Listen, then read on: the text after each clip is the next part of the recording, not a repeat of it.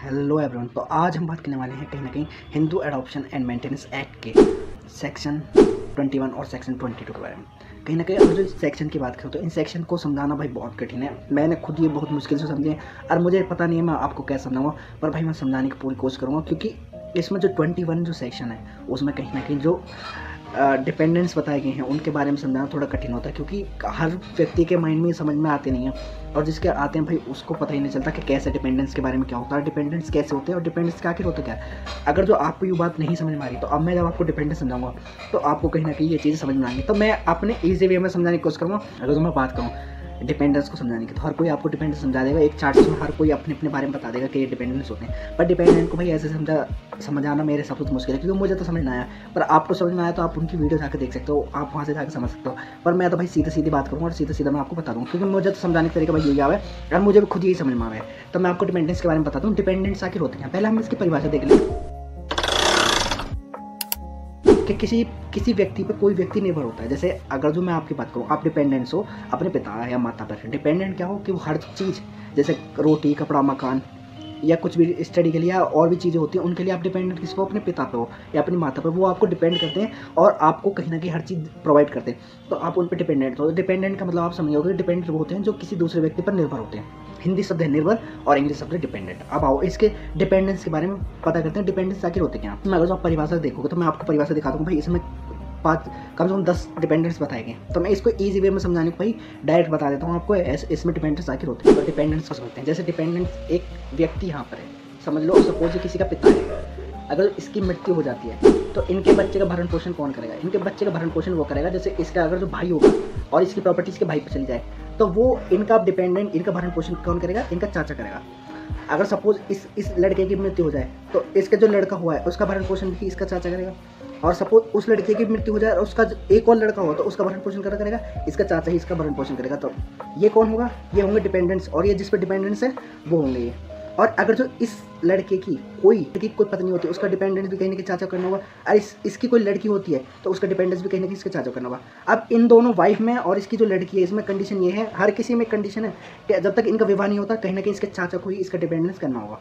और भाई ये कंडीशन हर किसी में लगे। जैसे अगर जो मैं बताऊँ तो कहीं ना कहीं जायज़ हो या नाजायज़ हो, उनका डिपेंडेंस कहीं ना कहीं उसको ही करना पड़ेगा जिसने इसकी प्रॉपर्टी ली है, चाहे वो करे या ना करे वो उसकी मर्जी, पर उसको करना होगा, ये कानूनी तौर पे तो बताया गया है। तो भाई ये सिंपल से वे मैंने आपको बता दिया है। अब मैं आपको समझाता हूँ इसमें कौन कौन आते हैं। मदर, फादर, विधवा बहू जब तक उसकी शादी नहीं होती, सन बेटे की बहू और बेटे की लड़की, पोता पोते की बहू पोते की लड़की, पड़पोता पड़पोते की लड़की या पड़पोते की बहू, तो ये इसमें आते हैं कहीं ना कहीं। जब और इसमें लड़की जितनी भी आ रही है, मतलब जितनी भी औरत आ रही है, उसका कहीं ना कहीं जब तक विवाह नहीं होता जब तक उनको संभालना होगा।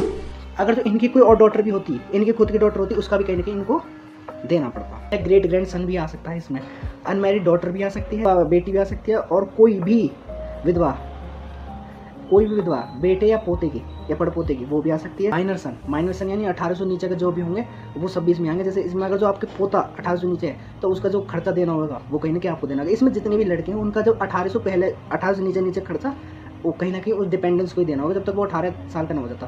और इसमें लड़कियों का सिंपल है, औरतों का सिंपल है कि जब तक उनका विवाह हो जाता है जब तक इनको देना होगा। अब बात करते हैं सेक्शन 22 की। सेक्शन 22 जो क्या है, आश्रित पर भरण पोषण, यानी आप भरण पोषण की क्या शर्तें हैं। तो पहले क्या है भाई, निर्भर को देना होगा। मतलब 22 सेक्शन क्या है कि भाई निर्भर जो है जिसने प्रॉपर्टी ली है उसको कहीं ना कहीं देना है। सेक्शन 22 का क्लॉज 2 क्या कहता है, निर्भर को लेना है। सेक्शन 22 के सब क्लॉज 3 में बता रहा है कि जिसको प्रोपोर्शन में ज़मीन मिली है उसको उसी प्रोपोर्शन में देना होगा। जैसे किसी के पिताजी थे, अब वो खत्म हो गए, उनके चाचा 2 हैं, एक को ज़मीन मिली है 50% और एक को मिली है 60%। तो क्या अगर जो इनकी जिम्मेदारी तय कर दिया कि इसको भी 10,000 देने, इसको 10,000 देने, तो ये सही होगा क्या? नहीं होगा ना। तो जितना इनका प्रोपोर्शन निकलेगा, जैसे इसका कम से कम इसका निकल गया 9,000 और इसका निकल गया 10,000, तो इन दोनों को 9,000 या 10,000 के रेशियो में देने होंगे। बाय सेक्शन 22 के सब क्लॉज 4 में बताया गया, अगर जो कोई भरण पोषण कर रहा है और उसको उतने पैसे नहीं बच रहे जितने उसको बचने चाहिए तो वो देने के लिए कोई मतलब बाध्य नहीं है, वो दे, फिर उसका उस स्थिति में उसको देने की कोई जरूरत नहीं है, वो दे भी नहीं सकता।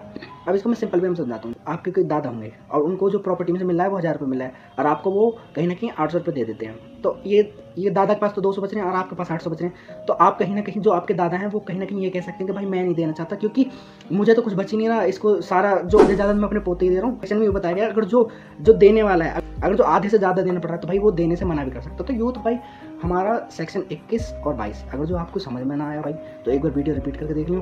तो भाई मुझे समझाने का पूरा प्रयास करा है। हम वीडियो हर तरह की बनाए, अगर जो आपको छोटी वीडियो में समझाया जा सकता तो हम छोटी वीडियो बनाते, अगर जो आपको लॉन्ग वीडियो में समझाया जा सकता तो हम लॉन्ग वीडियो बनाते। जैसे जिसको समझाने का तरीका भाई उस तरह से हम वीडियो बनाते हैं। यूँ ना है कि हमारा कंटेंट का भाई हमें 4 मिनट की बनाई या हमें 1 घंटे की बनाई, जितने हम व्यक्ति को समझा सकते हैं उतनी वीडियो नहीं। तो ये 2 सेक्शन थे। इस वीडियो में हम 2 सेक्शन के लिए भाई मैं वेरिड था, क्योंकि कहीं ना कहीं हार्ड पड़े हैं हर स्टूडेंट के समझने के लिए, तो इसलिए मैंने इन 2 सेक्शन की वीडियो अलग बनाई है, क्योंकि मैं आपको ईजी तरीके से समझा सकूँ। अब मुझे ना पता मैं आपको समझा पाया नहीं समझा पाया, या मैंने बुरी तरह समझाया मैंने अच्छी तरह समझाया, वो आप कमेंट करके बताओ कि भाई आपने अच्छी तरह समझाया आपने अच्छी तरह से नहीं समझा पाया। तो thank you so much, thank you for watching.